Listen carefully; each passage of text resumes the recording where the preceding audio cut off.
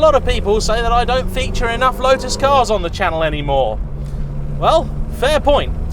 Hold my caffeine-free Diet Coke. We got a week of them coming up, and I'm starting with this, a 1966 Lotus Cortina.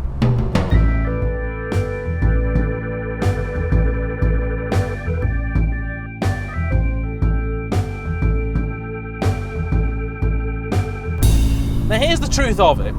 I don't really know that much about this car, other than the fact that they were nearly all this lovely cream and green.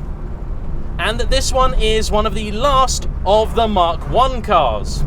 Beyond that, not really going to tell you all that much about it because I'm more than likely going to get it wrong. And I've had this opportunity courtesy of Paul, one of the lovely chaps that founded Petrolheads Welcome, an online directory for all sorts of venues, car friendly and car suitable. He and his wife use this car for all sorts of exciting events, so it is currently in historic rally specification. It's actually on winter tyres too, so you'll forgive me if I don't go too hell for leather, but I have been instructed to enjoy the car, and enjoy it I shall. It's not entirely standard, it is mostly standard and has to be in order to be eligible for many of the events that it goes on. The major differences are the fitment of these wonderful retro rally seats, which are very comfortable and supportive, these harnesses, the rear cage you can see, and some tuning work to the engine. In period, that Lotus developed Ford unit would have put out about 100 horsepower from its 1.5-ish litres. Now, it's closer to 140 thanks to a pretty comprehensive rebuild featuring better pistons, better cams, some gentle modifications to the original fitment twin Webers. It's a curious thing. A lot of it has a real disconnect. The brakes have a remote reservoir, so they work, and they work quite well, but there is a moment of delay between you pressing the pedal and any form of retardation occurring. Similar with the steering, it's not on rack and pinion, it's on some sort of wobbly worm and loose peg arrangement, which means that the steering column does feel broken, even though it's not. The gear lever is not as imprecise as some other cars that I've driven from this kind of period, and you can always find the gear that you were looking for.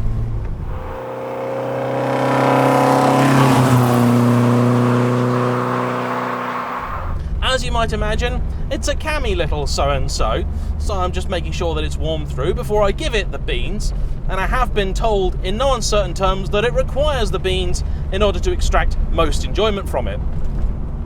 I must say though that it's actually pretty darn pleasant in here. It's not criminally loud, granted I'm only doing 25 miles an hour, but I've driven plenty of other cars, rally cars, that at this speed would be deafening.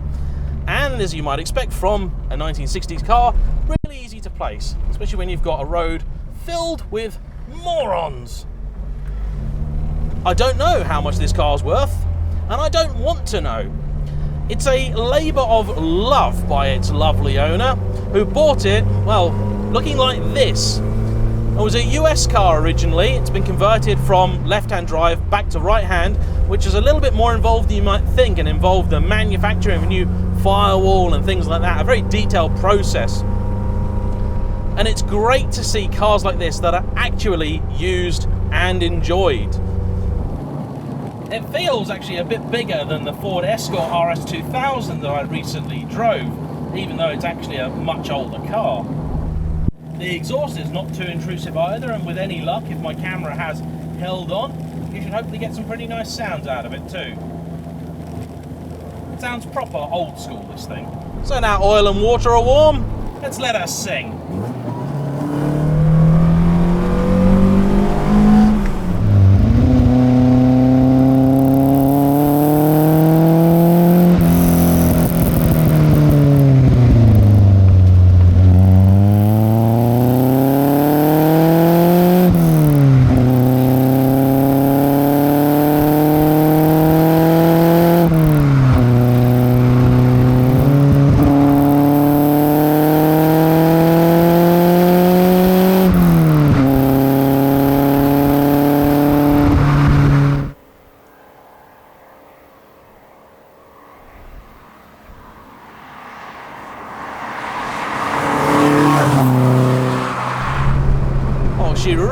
loves this road.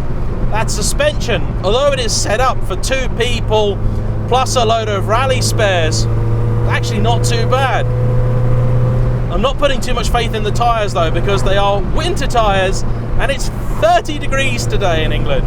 It's not blisteringly quick, still a reasonably weighty car even by the standards of the day, and of course it is only 140 horsepower, but it's actually a surprisingly smooth unit. I expected it might have a sort of VTEC-like surge as it came on cam, but nothing of the sort. It's really quite sweet, quite delightful.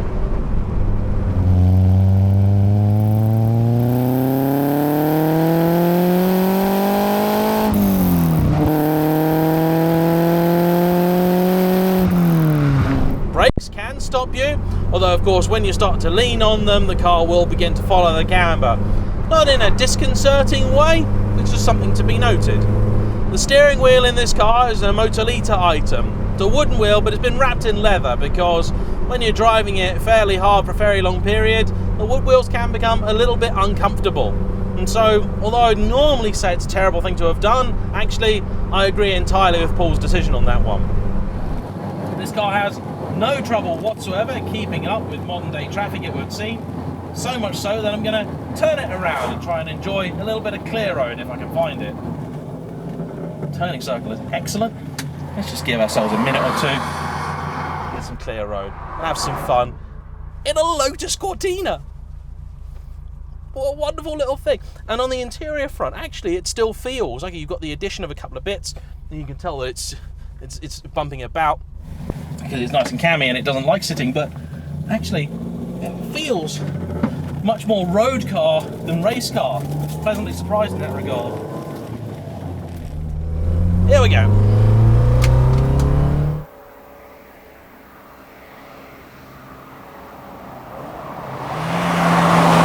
This being a later car has leaf springs at the back versus, I believe, A-frame, which the earlier Lotus cars would have had. They're still bespoke to this vehicle, and in fact this specific car has bespoke leaf springs again, which are designed to carry the exact weight that this car usually does. Because this car is still competed on a regular basis, apparently the leaf springs were the more desirable items because they are a little bit more robust, and on many of these long distance rallies support can be quite far away. And despite the temperature outside today, actually a really pleasant thing to be in. There's enough air coming through to keep me cool, but not to disturb things too much, and because the car is so small and narrow, that slightly imprecise steering isn't as much of a problem as you think it may be. Brakes probably the biggest issue really, because they do take some getting used to. Throttles you'd expect, nice and responsive, there's not too much power in it. This thing back in the day on cross plies probably been quite a bit of fun, but it's really comfortable, really compliant.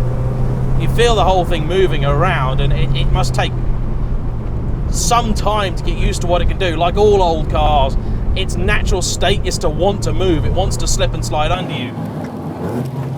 Modern cars, if you're going sideways, they can't be going fast.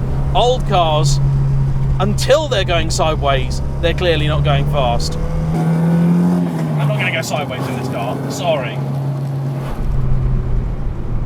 It's too beautiful to write off. Far too nice. Well, you can feel that back end just want to move around on you. It sort of pivots around you. The thing's so tiny, it's not really much an issue. Oh, yeah, it torques. The front dips and bobs, and it kind of sort of pulls itself in a little bit. Feel the rear coming around. You can heel and toe. You can. Oh, I was fairly confident you'd be able to, but worth checking. Let's have another.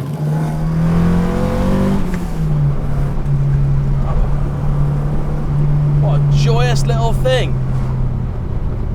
These seats are absolutely magnificent, really supportive, but extremely comfortable. They are the thing to do long distances in, they really are. Side mirrors, completely useless. Rear view mirror up here, not entirely. I can just see the stripe of the cage and also my camera in the back, which I put in to give you an alternate view of things. I actually expected this car to be considerably trickier to drive. I thought with this kind of old school unit putting out the power that it does, that it might be really difficult and uncooperative at low RPM, and be the sort of thing you've really got to push hard to get to work. But actually, it's got a really usable torque spread. And the controls are all light enough that you can drive it pretty intuitively and pretty lightly. It's a gentle car. You guide it. You don't grab it by the scruff of the neck and drag it. You just sort of nudge it towards where you want it to be.